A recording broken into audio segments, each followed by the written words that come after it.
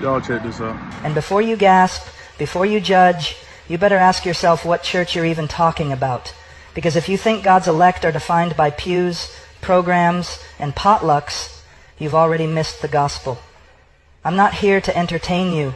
I'm not here to make you feel better about your lukewarm walk. I'm here to tell you the truth. Some of you are more faithful to your Sunday schedule than you are to Christ.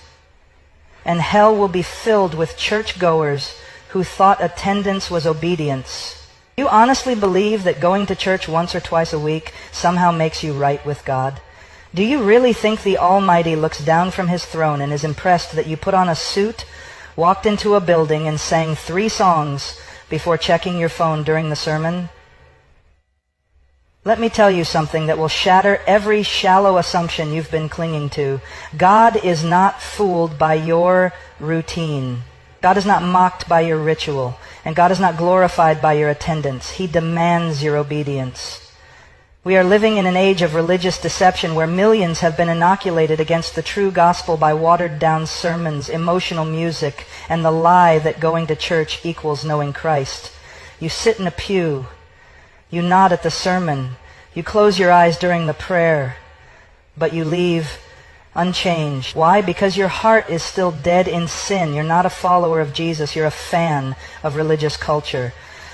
The Pharisees went to synagogue, they tithed, they fasted, they knew the scriptures better than most pastors today, and yet Jesus said to them, "You are of your father the devil."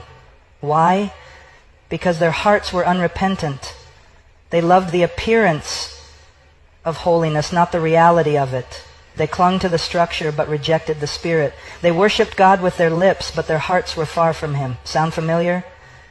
It is a terrifying truth that many of you have more confidence in your weekly attendance than in the finished work of Christ.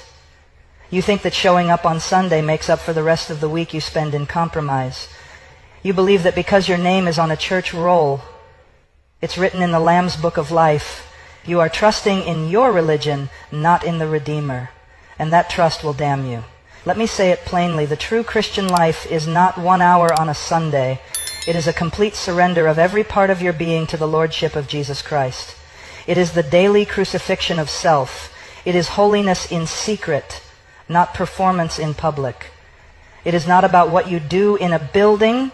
It's about who you are when no one is watching. Amen.